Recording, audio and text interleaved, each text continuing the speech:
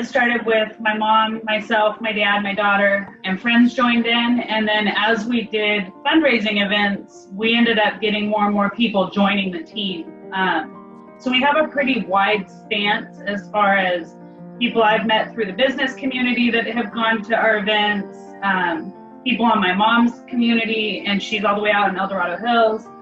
So we actually have a big grouping of very different people. It's really easy when you all have the same thing to focus on. And I haven't met anybody who doesn't have a reason to fight against cancer.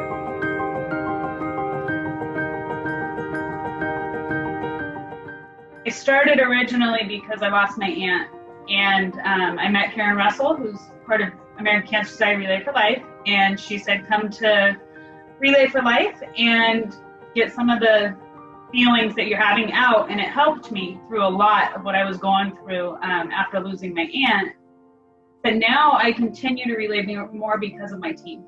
And I think we all do. Is I'm realizing everybody has their story, and I don't necessarily need to focus as much on the sad and the angry at her not being here, her kids not having a mom anymore. Now I focus on other people who will go forward, hopefully, by the work we do and have a mom because we find that cure, or because we give that support through our funding and they're able to beat the disease.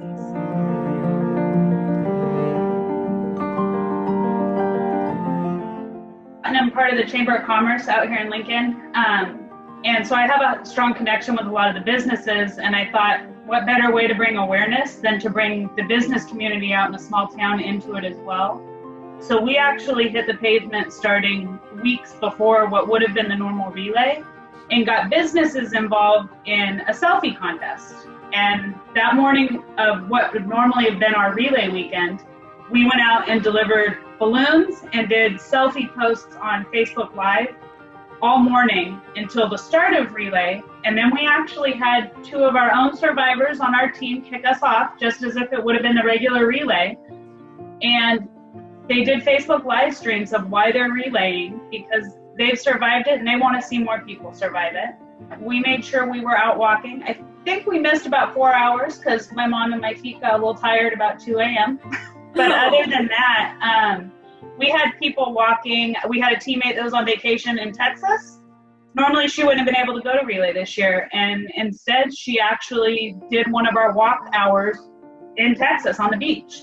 And she relayed from Texas, and I have a best friend in Chico who couldn't make it, and she relayed from Chico. So it kind of actually brought teammates that were further closer. So we were able to walk and relay for the 24 hours almost. My mom, my dad, and I still did what we call the Road to Recovery car. And our main goal was awareness. We're glad to get funds, always. But we knew this year would be a tough fundraising year. So we wanted to raise awareness, and we sure as heck did. We were all over the place all weekend.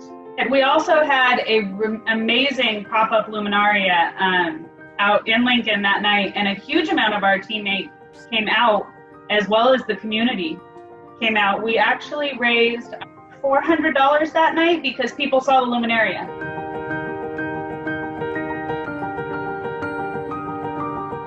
Personally gets me, it's my alone time with my aunt still. I walk it and I pray for her and I talk to her and I pray for my cousins. But this year it took on a different meaning because I actually had to explain it for the first time.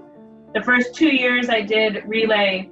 It's a big event to start it, and everyone has a glow stick and it's a huge crowd, and they go through it with pop your glow stick if you've lost a husband or a wife, pop your glow stick if you've lost a parent, and it goes down the line until sadly you're looking around and nobody's standing without a glow stick that's been popped.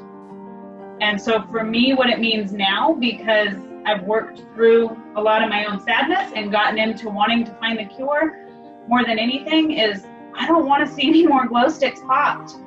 I'm going to keep walking, and that was our team's whole thing this year, is cancer doesn't sleep, so we're not going to. We're going to keep walking.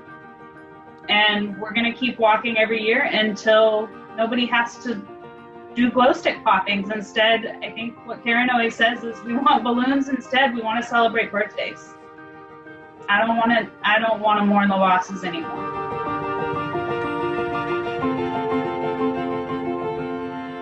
I would think it's an explanation of remembrance, remembering those who have gone before, and support for those who are fighting it, and fighting for the cure, and encouraging and inspiring each other to do it together.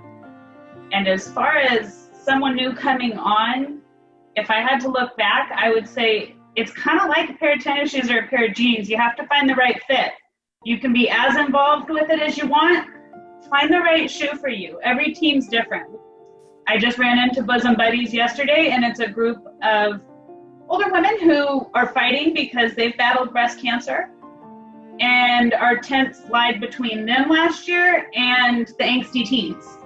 So there's such a wide span of teams, and they're so inclusive and they're so welcoming. Find the team that fits you. Our team does bunco events throughout the year, and our team can be involved, or they don't have to, but most of them say, heck no, I want to help. You can find different teams that do different things, and you find your fit, you kind of find your tribe.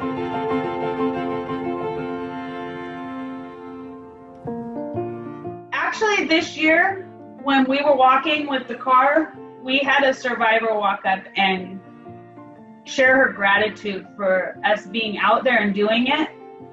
And it was just the fact that she pulled her car over, she stopped, she talked to us. It meant the world to me. So that's been one of my favorite memories.